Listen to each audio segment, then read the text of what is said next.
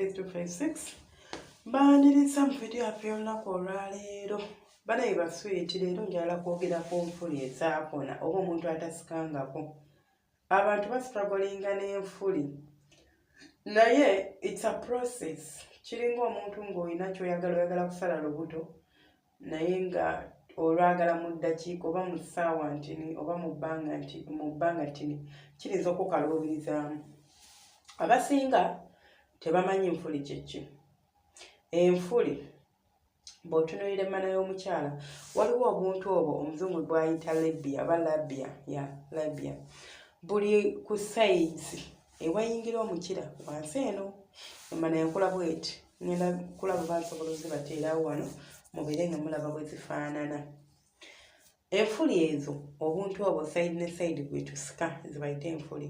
Mugaso ki ogw'enfuli era lwaki tusika enfuli? Ekisookera ddala nga tonnaba kusika nfuli, enfuli zireeta ebbugumu. Kyandibadde kya buvunaanyizibwa okumanya omugaso gwazo. Enfuli zireeta ebbugumu mu mmana oba zongera ebbugumu mu mmana kuba nzikiriza nti buli mmana ya mukyala eba erimu ebbugumu. Just ebintu bye tujja tulya oba ebintu bye tujja tufuna ebirwadde biki bye bigireetera oluusi okubeera nga ebbugumu lulivaamu. Naye enfuli zikuuma ebbugumu mu mmana y'omukyala era nnungi nnyo. Zongera obwagazi, ekyo oba obadde tokimanyi. Zongera obwagazi bwe muba mu kwezina ate singa oba ofunye omusajja ng'amanyi engeri gye bazizannyisa oba gye baziweeweetamu kiba kijja kunyumira era oba ojja kubeera ng'onyumirwa nnyo omuzannyo gw'okwezina. So gwe abadde ali eyo nga weebuuza nti enfuli zinnyamba ki lwaki nzisika, nkuwadde ensonga lwaki ozisika. Katugenda kwogera ku ddagala oba ku bintu bye tusobola okukozesa singa oba olina enfuli ezaakona ze ziri. Waliwo abantu abaasika nga bakyali bato nga baasika just kyusa mukolo baali ku ssomero Motherdoom oba Metron n'abalemerako oba Senior n'abalemerako n'abibasisa nga tebaagala simanya senga baagenda ng'owumula n'azibasisa nga tebaagala ne batuuka ne babita. Enfuli ezo buli bw'olekeraawo okuzisika ziddayo. Naddala ffe abakyala si naddala ffe abakyala kozi njogera ku bakyala. Abakyala buli tugenda mu nsonga zaffe ez'ekikyala oba kye tuyita menstruation periods enfuli zikendeera. So zituuka naye ate ku muntu eyasikako zirina we zituuka ne zikomaawo nga ziringa ezaakona. So bw'oba oli ng'oyagala ddagala erisika enfuli ekisooka kye nninza okulagirira nja kulagirira kye tukiyita Vaseline oba gwe bayita Vaseline petroleum jelly. Ekisiga ekyo kyolaba kireeta enfuli okubeera nga zeeyongerako oba ng'okisikisa enfuli bulungi nnyo. Wabula kijja twalamu akabanga, it's not going to be easy oba tekigenda kubeera nti zigenda kujja mangu.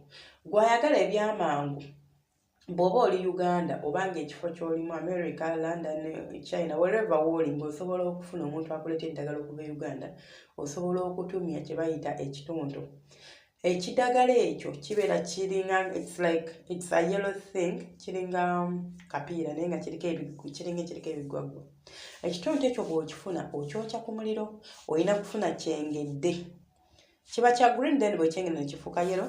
Ngenda kibatera mu video mugenda bamukiraba bwe kifaanana. Ekitonto ekyo bw'okifuna okikwata n'okyokya ku ssigiri. Bw'omala okukyokya ku ssigiri n'olondamu obusigo bwonna obulimu. Mbeegayiridde tukozesa busigo kozi kiruma, lino eddagala liruma. Era n'abantu abatunda eddagala erisika enfuli nze kambabuulire bateekamu kitonto ne bateekamu n'ebirala ne bateekamu ne babitabulamu ebizigo. So bye tukozesa temulowooza nti ki. Eddagala erisinga okusika enfuli liruma, saagala balimba liruma. Naye liyanguya process. Ekintu kyewandifunidde mu mwezi osobola kifunira mu wiiki emu oba mu wiiki bbiri. So you see how quick the process becomes. So bw'ofuna ekitonto kyaffe kino okijjamu obusigo bwonna then n'osigaze ebyo ebiringa ebimere by'okwatamu n'engalo zaffe bbiri. Tukozesa engalo ensajja n'egiddiridde. Omuzungu gy'ayita thumb ne index. Ensajja n'egiddiridde n'okwatamu n'olyoka osika enfuli zo bulungi nnyo. Ate tosikanga okukkiriza wansi ogujja kuba musomo mulala kubanga nakyo kireeterako enfuli okusongola. Nja kubeera nkola video endala okubalaga engeri ebisikamu enfuli oba okubasomesa engeri ebisikamu enfuli. Era gwe ate ne subscribinga simanyi ky'olinda. Subscribinga kubanga ate ebyakabi bijja. we are subscribing edda oli katuufu webale kubanga weekumira kusenga Faith 256 kaakati eddagala lyo tulikozesa okusika enfuli ekitonto tukozesa ebizigo ebyo tukwata mu bukwasi n'osika ebizigo tulina kukozesa bya Vaseline tusobola n'okukozesa olive oil ng'omugaso mu Vaseline naye asika enfuli although bagamba olive oil yalina engeri gyazigonzaamu but kiri fine nze gye ndi simulinaako buzibu era nsobola omurecommendinga omuntu omukozesa naye olina kukozesa ali pure waliwo olive oil gwe batabikamu ebintu ebirala oba oyagala okumanya olive oil gw'olina nti oba ali extra virgin omukwata n'omuteeka mu fridge si freezer bw'omuteeka mu fridge afuuka nga bwolaba omuzigo we gukwata bw'aba takutte ng'asigadde ng'amazzi overnight teweetaagamu freezingira nnaku I mean muteekamu kubeera mu nnaku nnyingi just omuteekemu olweggulo then enkya ku makya okebire kiro kimu bw'aba tagiza omanya ono tali kwalaali n'ekisookera ddala bw'oba ogenda kukozesa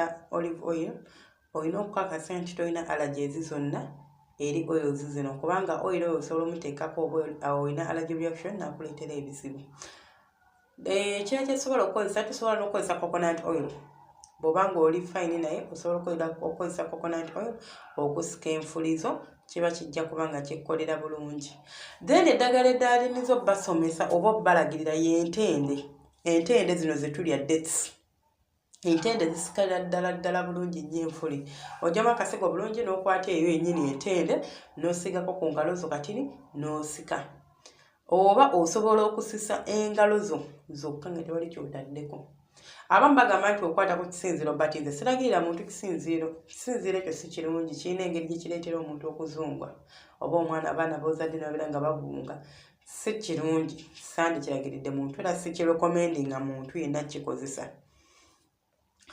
n'amalusu sigalagirira muntu era sigarekomendinga bw'oba okimanyi waliwo abantu bagamba nti osobola okussa amalusu go but amalusu mpulira nga nze nganze hygienically si kirungi gyendi okukwata mu malusu ate nga teeke nga senfuli olaba saagalira ddala namusajja afujja mu mana ya mukazi sikyagalira ddala mpulira nga saagala kukozesa oluzungu naye oba ngamba nti kinneesittaza so amalusu gano gasobola okulwaza kozi onoofuna ensundo wansi ate otandike kujjanjaba so osobola okukozesa olive oil osobola okukwata olive oil n'omugattamu Vaseline oba osobola okukozesa Vaseline yekka osobola okukozesa entende osobola okukozesa ekitonto bw'oba ng'oli Uganda oba ng'osobola okukifuna wooli n'obeera ng'osika bulungi enfulizo ne zibeera nga zidda ku mulembe omusajja n'abeera nga ajja kuwoomerwa bulungi nnyo kansuubira mbanyonnyodde bulungi enfuli engeri gye tuzisika wabula kintu kyolina okumanya nti tosuubira rapid result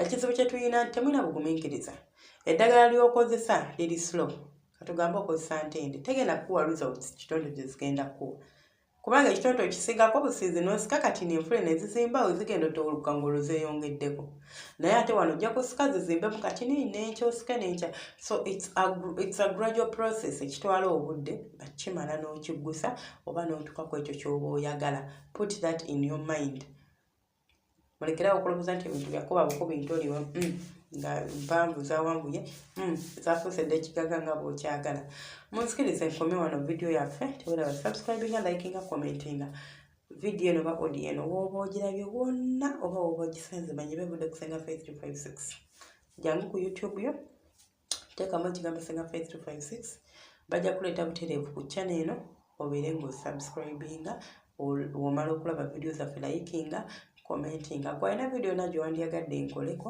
osobola ogittira mu comment section nja kuba ngikolako omukama abankuumire era abanjagalire bye munjagala temujjanga okwo mwebale kunjagala mwebale kubanga mwekuumira kusenga Faith